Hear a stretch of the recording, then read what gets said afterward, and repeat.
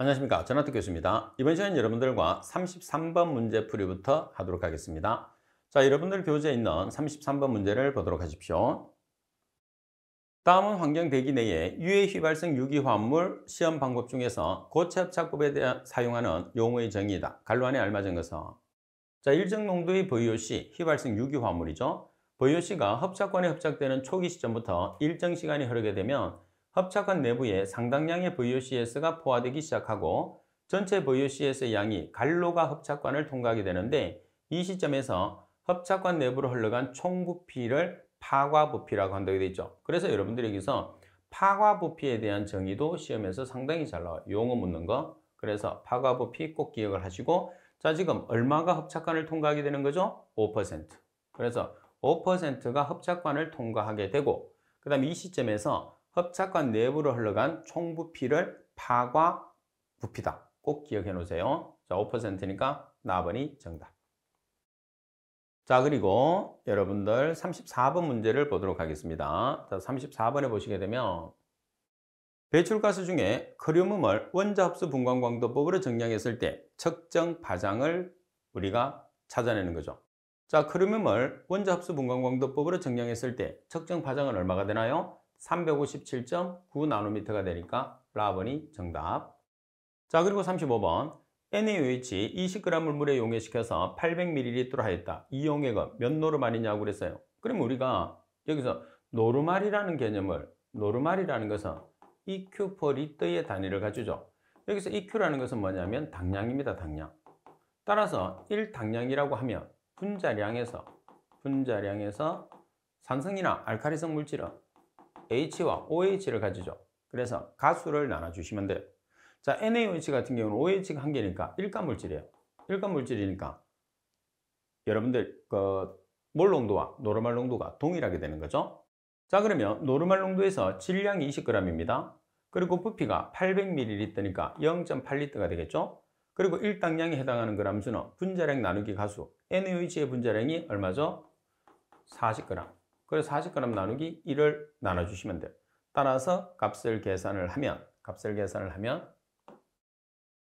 자, 얼마가 나오는지 한번 볼까요? 0.625가 나오죠.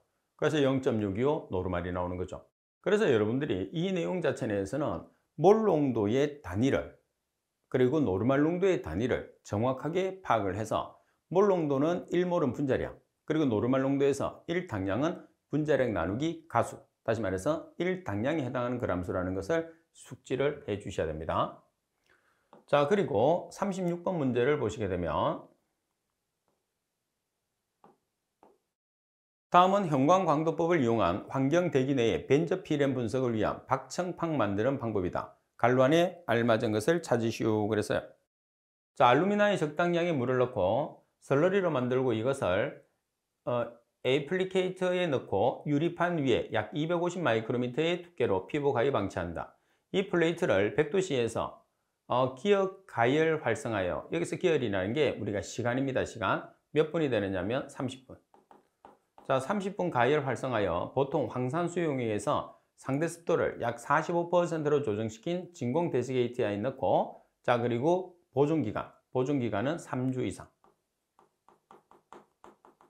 자, 3주 이상 보존시킨 것을 사용한다고 되어 있어요. 그래서 정답은 4번이 정답.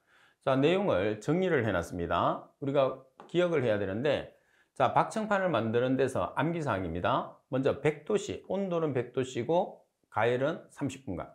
자, 그리고 진공 데시게이트 안에서 우리가 보관은 진공 데시게이트를 쓰는 건데 3주 이상 보존된 것을 사용을 한다는 거. 그래서 100도씨에서 30분간 그리고 3주 이상 이 내용은 여러분들이 꼭 기억을 할 수 있도록 하십시오.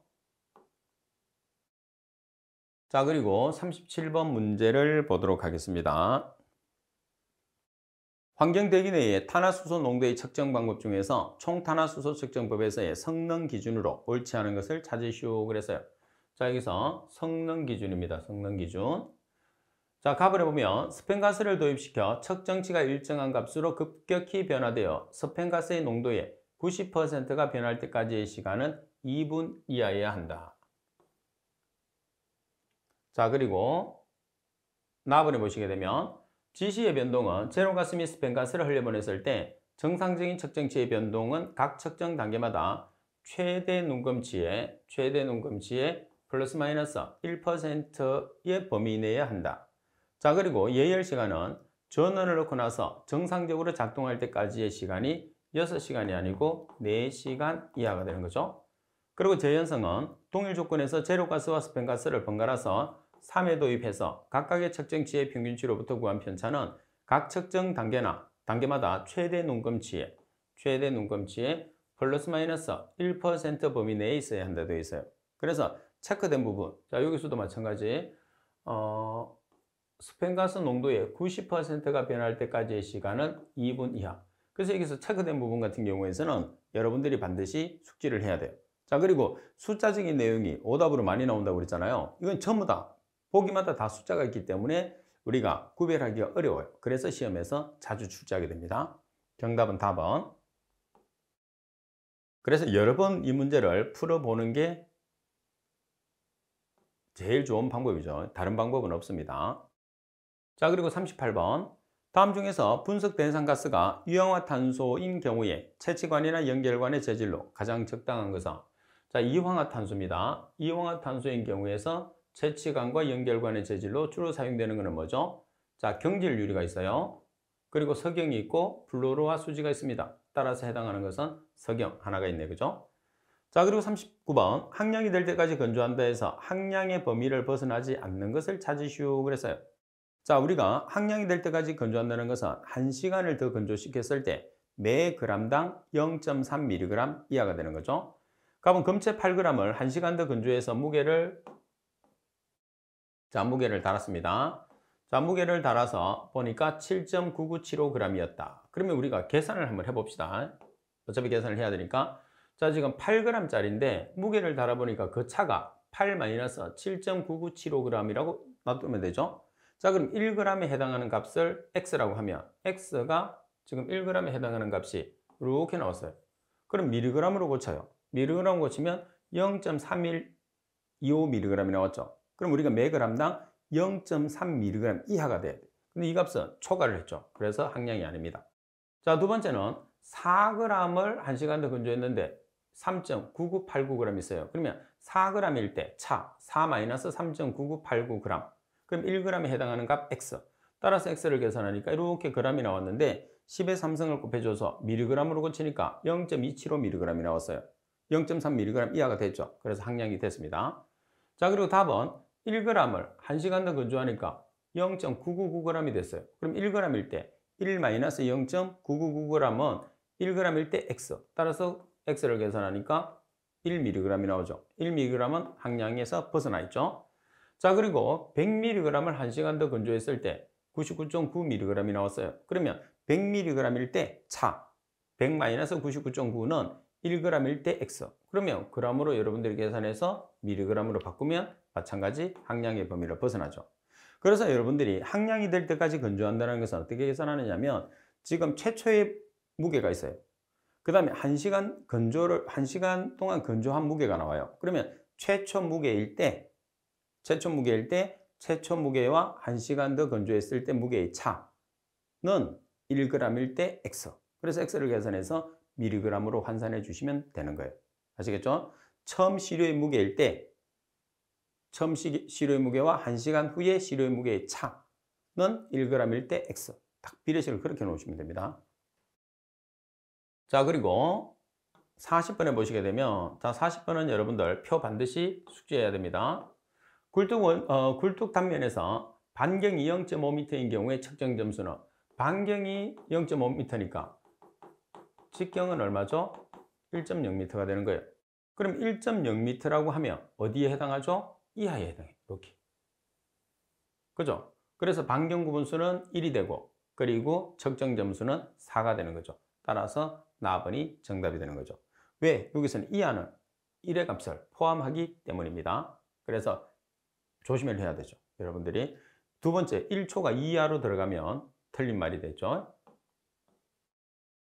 자, 그리고 41번 문제를 보겠습니다. 다음 각종 먼지 중에서 진비중과 겉보기 비중이 가장 큰 것을 찾으시오 그랬어요. 자, 이 문제는 두 가지로 주어질 수가 있어요. 어떻게 주어질 수가 있느냐면 진비중과 겉보기 비중이 주어져서 우리가 재비산이 일어날 확률이 가장 큰 것을 찾으시오 이렇게 나올 수도 있고, 지금처럼 진비중이나 겉보기 비중의 값이 주어지지 않은 상태에서 가장 큰 것을 찾으시오, 또는 재비산이 일어날 확률이 가장 높은 것을 찾으시오 이렇게 문제가 나온단 말이에요. 그러면 값이 주어지게 되면 나눠서 계산하면 되는데, 지금처럼 값이 안 주어지면 그냥 여러분들이 가장 큰 것을 암기를 하고 있다가 답을 찾으라는 소리예요. 그래서 지금 참고적으로 제가 각각의 먼지에 대한 진비중과 겉보기 비중을 값을 나타냈는데, 이 값은 우리가 외울 수는 없단 말이에요. 그래서 굳이 외울 필요도 없어요. 따라서 이렇게 문제가 나오면 가장 큰 값을 나타내는 게 뭐냐면 카본블랙이에요. 카본블랙이 76이거든요. 그래서 무조건 정답이에요. 그리고 진비중과 겉보기 비중이 나와 있으면 그 진비중에서 겉보기 비중을 나누세요. 나눈 다음에 값을 찾으면 되고. 자, 그리고 여기서 조심할 것은 뭐냐면, 자, 진비중과 겉보기 비중이 가장 크다고 했죠. 가장 큰 값은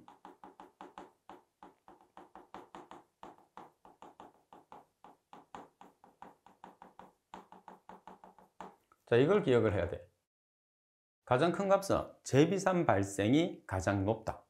그러니까 시험에서 진비중과 겉보기 비중이 값이 주어지게 되면 재비산이 발생할 확률이 가장 높은 물질을 찾으시오 이렇게 나오는 거예요. 왜? 조금 더 어렵게 주기 위해서. 반면에 지금 같은 경우에서는 진비중과 겉보기 비중이 가장 큰 것을 찾으시오 이렇게 주어도 되고, 그리고 재비산이 발생할 가능성이 가장 높은 물질은 이렇게 줘도 되는 거죠. 그래서 결론적으로는 값이 주어지게 되면 주어진 값을 나누시면 되고, 값이 안 주어지게 되면 카본블랙이라는 것을 암기를 해서 답을 맞추면 된다, 그런 뜻입니다. 자, 그리고 42번을 보겠습니다. 자, 42번을 보시게 되면 250Sm의 삼성파워에 배출가스를 배출하는 보일러에서 발생되는 SO2를 탄산칼슘을 사용해서 이론적으로 완전 제거하고자 한다. 이때 필요한 탄산칼슘의 양을 계산하시오. 배출가스 중 SO2 농도는 2500ppm이고 이론적으로 100% 반응하며 표준 상태 기준이라고 그랬어요. 그러면 지금 우리가 나타냈을 때는 아황산가스와 탄산칼슘을 비를 넣어요. 그러면 황산화물은 무조건 S와 NaOH를 제외한 나머지는 무조건 1대1이에요. S와 NaOH는 1대2가 되는 거죠. 그럼 여기에서는 SO2와 CaCO3, 탄산칼슘이 CaCO3니까 이렇게 1대1로 비를 놓고 문제를 푸시면 돼요. 반면에 조금 전에 말씀드린 것처럼 S 대 NaOH는 1대2가 돼요. 이것만 유일하게. 그러니까 반응식을 기억을 하려고 하면 반응식 기억하다가 포기하게 돼요. 그래서 반응식은 기억하지 말고, 자, SO2를 처리를 하는데 탄산칼슘으로 처리하려고 해요. 그럼 SO2와 탄산칼슘을 빌어놓고 1대1. 자, 그러면 계산은 전부 다 여러분들이 탄산칼슘은 킬로그램, 아황산가스는 최적으로 주어졌으니까 최적으로 풀면 되겠죠. 그래서 SO2는 22.4 Smit의 최적이, 탄산칼슘의 분자량은 100kg. 자, 여기서 100kg 되는 거는 뭐냐면 Ca, 칼슘의 원자량이 40, 그리고 C, 탄소의 원자량이 12, 그리고 O, 산소의 원자량 16짜리가 3개. 그래서 100이 되는 겁니다. 자, 그리고 가스량 250Smit의 per 중에서 아황산가스가 차지하는 양이 얼마라고 했느냐면 2500ppm. 자, 그리고 ppm은 100만 분율이니까 10의 마이너스 6성을 곱하면 되고, 퍼센트는 100분율이니까 10의 마이너스 2성을 곱하면 되는 거죠. 따라서 x 해서 대각선으로 곱해요. 대각선으로 곱한 다음에 x가 있는 항으로 나눠줘서 값을 계산하면 2.79kg/h라는 값이 나오겠죠.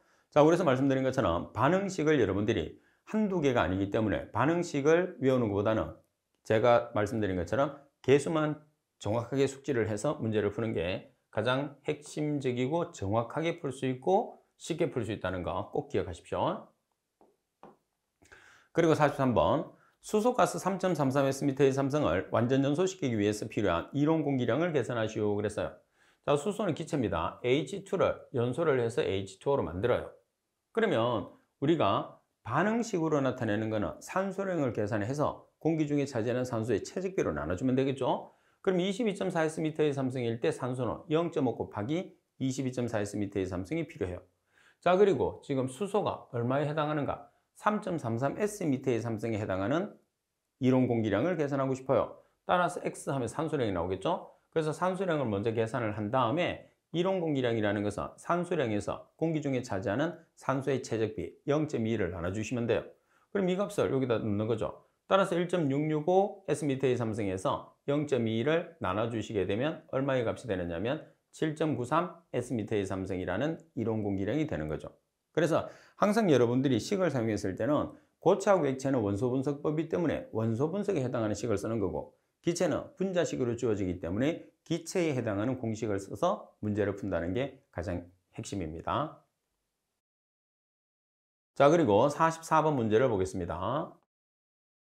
A 집진장치 압력 손실이 25.75mHg, 처리 용량이 42m의 삼성/s, 송풍기의 효율이 80%, 이 장치의 소요동력을 계산하시오 그랬어요. 자, 소요동력 킬로와트는 PS 곱하기 Q 나누기 배기 곱하기 효율의 알파예요. 그럼 여기서 PS라는 것은 압력 손실, 압력 손실이 PS가 됩니다. 자, 그리고 Q라는 것은 가스량, 그리고 배기 곱하기 효율, 효율이 80%로 나와 있죠.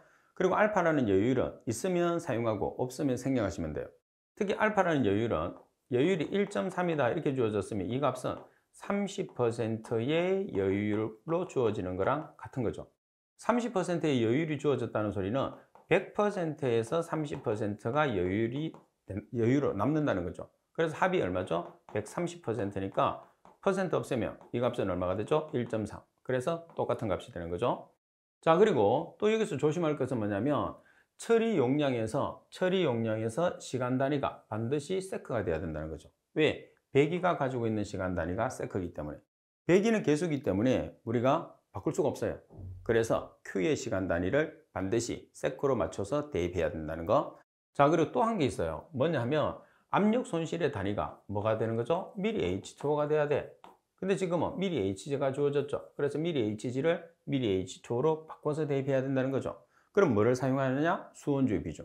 자, 수온주의 비중 여러분 다 알잖아요. 얼마죠? 13.6. 그래서 미리 Hg에 곱하기 13.6을 하면 미리 H2O가 돼요. 자, 그리고 미리 H2O에 나누기 13.6을 하면 미리 Hg가 되는 거죠. 꼭 기억을 해 놓으세요. 자, 이것만 조심하시면 여러분들이 이 문제는 아주 쉽게 풀리죠. 그래서 처음 공부할 때는 전체적인 내용을 다 기억을 해주는 게 좋아요. 그래야지 실수를 하지 않습니다. 자, 따라서 미리 Hg를 미리 H2O로 환산하기 위해서 13.6을 곱했죠. 자, 그리고 가스량의 시간 단위는 반드시 세크가 돼야 된다는 거죠. 따라서 계산해 보시면 180.25kW라는 값이 나오게 되죠. 자, 제가 설명했던 내용들은 팁에 있으니까 여러분들이 한번 살펴보시면 됩니다. 자, 그리고 45번 문제를 보도록 하겠습니다. 45번. 석회석을 연소로에 주입해서 SO2를 제거하는 건식 탈항 방법의 특징으로 옳지 않은 것을 찾으시오 그랬어요. 가번에 보면 연소로 내에서 긴 접촉 시간과, 자, 여기서 우리가 석회석을 이용했을 때는 긴 접촉 시간이 아니고 짧은 접촉 시간이에요. 짧은 접촉 시간과 아황산가스가 석회 분말의 표면 안으로 들어가기가 침투가 어때요? 짧게 들어가기 때문에 침투가 쉽지 않아요. 따라서 아황산가스의 제거 효율이 비교적 어때요? 낮아지는 게 특징이다 이렇게 보시면 됩니다. 그리고 석회석과 배출가스 중에서 제가 반응해서 연소로 내에 달라붙어 열 전달이 낮춘다. 그리고 연소로 내에서 화학 반응은 주로 소성 과정, 흡수 과정, 산화 과정 세 가지로 나눌 수 있습니다. 그러나 석회석을 재생하여 쓸 필요가 없어서 부대 시설이 거의 필요 없다. 왜 그러냐면 석회석은 상당히 저렴하죠. 저렴하기 때문에 굳이 우리가 재생해서 쓸 필요까지는 없습니다.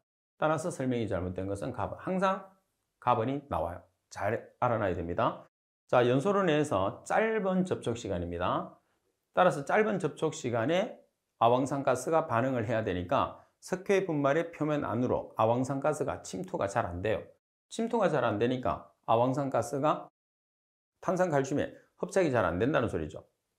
석회석에. 그래서 처리 효율이 비교적 낮아지는 단점을 가지게 되는 거죠. 따라서 설명되어 있는 이 가번은 잘 기억을 해 주셔야 됩니다. 주로 오답이 되기 때문에 특히 왜 틀렸는지를 잘 기억을 해야 돼요. 자, 그리고 46번 문제를 보겠습니다. 46번에 보시게 되면 다음 중에서 벤츄리 스크래버에서 물방울의 입경과 먼지 입경의 비는 충돌 효율 면에서 어느 정도의 비가 가장 좋으냐고 그랬어요. 자, 우리가 벤츄리 스크래버에서 물방울의 입경과 먼지 입경의 비는 150대 1입니다. 150대 1. 그래서 답은이 정답.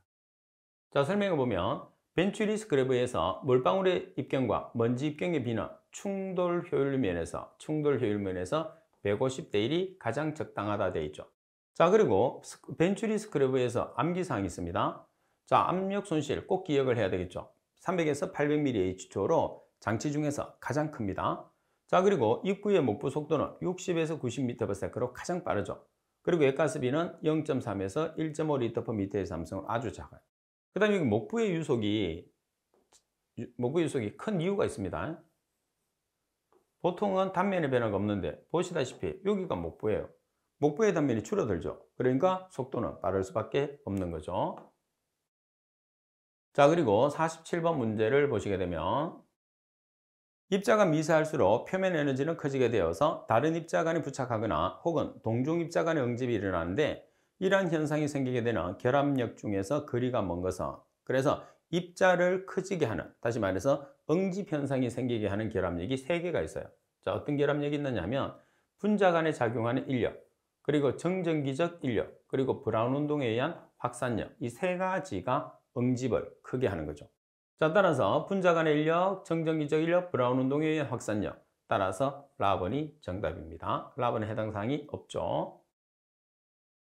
자, 그리고 48번 문제를 보겠습니다. 48번에 보시게 되면 처리가스량이 1200m의 삼성/mini처, 처리가스 속도가 2cm/s, 함진가스를 직경 25cm, 길이가 3m의 원통형 요가포를 사용해서 집진하고자 했을 때 필요한 원통형의 요가포의 수를 계산하시오 그랬어요. 자, 그러면 여기서 요가포가 어떻게 생겼느냐 하면 이렇게 생겼어요. 이렇게. 그러면 여기서 직경 그리고 길이 또는 유효 높이가 되는 거죠. 따라서 한 개에 해당하는 면적 한 개의 면적이 파이 dl이 되는 거예요. 그러면 n 개에 해당하는 면적은 파이 dl n이 되는 거죠. 그래서 우리가 식을 나타냈을 때 자, Q는 면적 곱하기 속도, 이동하는 속도잖아요. 그래서 여기에서 A 대신에 이 값을 집어넣는 거죠. 그래서 식을 나타내다 보면 이렇게 나타내는 거죠. 여기서 우리가 계산하는 것은 뭐냐면 백의 개수, n을 계산하는 거예요. 자, 뭐를 조심하죠? Q와 VF의 시간 단위가 일치가 돼야 됩니다. 자, 먼저 Q라는 1200m의 삼성/mini처 나누기 파이는 계산기 있으니까 그대로 쓰고 D, 직경이 지금 얼마죠? 25cm니까 0.25m 그리고 길이가 3m 그리고 이동하는 속도가 얼마죠? 2cm/s 2cm/s는 0.02m/s예요. 그래서 Q의 시간 단위가 분이고 이동하는 속도가 세카니까 두 개의 시간 단위를 일치시키기 위해서 1분은 60초를 보정했어요. 그죠? 자, 그리고 나온 값은 우리가 개수는 소수점 처리를 하잖아요. 따라서 소수점 첫째 자리에서 완전 올림을 시켜주시면 됩니다. 따라서 425개가 되는 거죠. 시험에서 자주 출제합니다. 자, 그리고 49번 문제를 보겠습니다. 49번이 고체와 액체에서 가장 전형적인 원소 분석법으로 문제를 푸는 거예요. 자, 탄소가 82%, 수소가 14%, S가 3%, N이 1%로 조성된 중류를 12S/m의 삼성의 공기 per kg 중류로 완전 연소했을 때 석유 배출가스 중에 아황산가스의 농도가 몇 ppm이냐고 그랬어요. 지금 여러분들이 아황산가스의 농도를 계산을 하라고 그랬단 말이야. 그 다음에 지금 여기서 석유 배출 가스량이라는 것은 GW예요. GW는 실제 공기량을 썼거든요. 왜 실제 공기량을 쓸 수가 있느냐면 지금 이 값이에요. 12S/m의 삼성의 공기 per kg 중류가 실제 공기입니다. 그래서 실제 공기를 썼기 때문에 석유 가스량 중에서는 실제 석유 가스량이 기준이 되는 거죠. 그래서 GW분의 아황산 가스량은 0.7S, CO2량은 1.867C 반드시 암기를 하라고 했습니다. 그죠? 자, 따라서 이 값을 사용하는 거죠. 그럼 먼저 GW를 계산을 해요. 그럼 GW 구하는 공식을 외워놔야 되겠죠? 자, 원래는 A 대신에 뭐가 들어가야 되는지 하면 MA0가 들어가야 되거든요. 그래서 공기비와 A0를 계산해야 되는데 지금 여기서는 문제를 조금 간단하게 주기 위해서 실제 공기량을 줬어요. 그럼 굳이 계산할 필요가 없는 거죠. 그래서 A 자리에 요 값 12S/m의 삼성 per kg 플러스 5.6H, H가 14%니까 0.14. 그죠? 자, 그리고 N이 1%로 주어졌어요. 그래서 산소 없으니까 생략. 0.8N, 0.01. W 없으니까 생략. 그래서 실제 서변속 가스량은 12.792 Sm의 삼성 per kg이 나왔죠. 그래서 이 값을 여기다가 대입을 하는 거예요.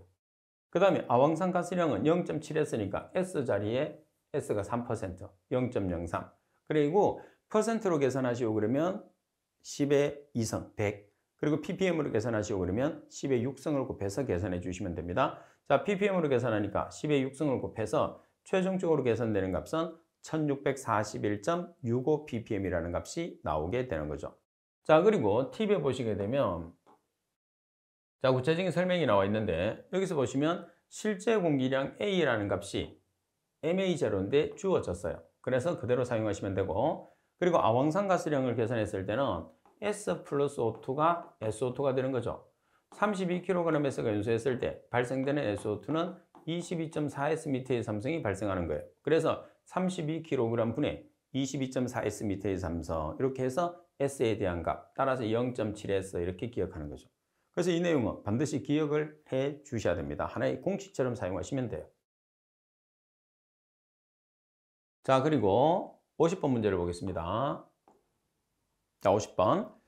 전기집진장치의 유지관리 사항 중에서 가장 거리가 먼 것은 갑은 조습용 스프레이 노즐은 운전 중 막히기 쉽기 때문에 운전 중에도 점검이나 교환이 가능해야 된다. 맞습니다. 자, 그리고 운전 중에 2차 전류가 매우 적을 때는 조습용 스프레이 수량을 증가시켜서 겉보기 저항을 낮춥니다. 그리고 시동 시 애자 등의 표면을 깨끗이 닦아서 고전압 회로의 전련 저항을 자, 이거 보면 50옴 이하가 되는 게 아니고 얼마가 돼야 되겠죠? 100메가옴. 자, 100메가옴 이하가 되도록 한다. 그리고 접지 저항은 연 1회 이상 점검하고 10옴 이하로 되도록 유지한다고 그랬어요. 그래서 여러분들 시동 시에서는 100메가옴 이하, 접지 저항은 15옴 이하. 이 숫자는 반드시 여러분들이 기억을 해 주셔야 됩니다. 자, 따라서 정답은 답번이 정답. 자, 그리고 51번 문제입니다. 다음은 유압식 버너의 특징으로서 옳은 것을 찾으시오 그랬어요. 자, 유압식 버너 같은 경우에서는 액체 연료를 연소하는 장치입니다. 가번의 분무 각도는 40에서 90도 정도로 큰 편이죠. 그리고 유량 조절비는 1대10을 가지고 있는 것은 가장 넓은 범위인데 고압 기류식에 해당하는 거죠. 고압 기류식. 자, 그리고 유압식 같은 경우에서는 보시다시피 넓게 보면 1대3 정도. 그래서 환유식은 1대3, 비환유식은 1대2 정도로 상당히 좁아요. 자, 그리고 답은에 소형 가열로의 열 처리용으로 주로 쓰이며 유압은 1에서 2kg/제곱센치라고 그랬어요. 자, 사용될 때는 대용량으로 사용을 합니다. 그리고 압력은 5에서 20kg/제곱센치 정도죠. 자, 그리고 연소 용량은 얼마죠? 15에서 2000L/h 정도. 그래서 유압 분무식 같은 경우에서는 기본적인 사양들이 시험에서 자주 출제되고 있기 때문에 어느 정도는 여러분들이 암기를 했을 거라고 생각이 돼요. 자, 여기서 바르게 설명된 것은 가번이 정답이 되는 거죠. 자, 그리고 52번 문제를 보겠습니다. 입자를 크기별로 구별했을 때 평균 입자 지름이 0.1 마이크로미터 이하인 핵영역, 0.1에서 2.5 마이크로미터인 집정영역, 2.5 마이크로미터보다 큰 조대 영역으로 나눌 수 있다. 각 영역 입자의 특성에 대한 설명으로 가장 거리가 먼 것을 찾으시오 그랬어요. 자, 조대 영역 입자는 대부분이 기계적 작용에 의해서 생성이 됩니다. 다음에 핵영역 입자는 연소 등의 화학 반응에 의해서 핵으로 형성된 부분. 다음에 집정 영역의 입자는 핵영역이나 조대 영역의 입자에 비해서 대기에서 잘 제거되므로 체류 시간이 짧다고 그러는데 제거가 거의 되지 않아요. 그래서 체류 시간이 가장 길다고 봐야 됩니다. 그리고 핵영역과 집정 영역의 미세 입자는 입자에 의해서 여러 대기 오염 현상을 일으키는 데 역할을 한다. 그래서 가장 특징적인 내용들을 설명을 했거든요. 조대 영역 입자, 그리고 핵영역 입자, 그리고 집정 영역 입자. 그래서 이 세 가지의 특징을 여러분들이 기억을 해주시면 돼요. 내용에는 없지만 교재 내용에는 없어요. 그죠? 문제가 출제됐기 때문에. 그래서 이 내용을 기억을 하는데 그 중에서도 이번에는 집정 영역 입자에 대한 설명이 오답으로 출제됐다는 거. 답번이 정답. 자, 그리고 53번 문제를 보도록 하겠습니다. 자, 53번에 보시면 다음 중에서 협착제의 협착능과 가장 관련이 먼 것을 찾으시오 그랬어요. 자, 협착능과 관련이 있는 것은 세 가지가 있죠. 포화, 보전력, 파가점, 이렇게 세 가지가 관계가 있어요. 그래서 포화, 보전력, 파가점이니까 라번의 유전력이 정답이 되는 거죠. 자, 그리고 여러분들이 이렇게 단답형으로 나오는 것들은 내용을 정확하게 기억을 하지 않으면, 다시 말해 문제를 정확하게 기억하지 않으면 많이 헷갈리니까 53번 같은 경우에서는 여러분들이 조금 신중하게 정확하게 기억을 하고 계셔야 됩니다. 자, 이번 시간 수업은 이것으로 마치도록 하겠습니다. 수고하셨습니다.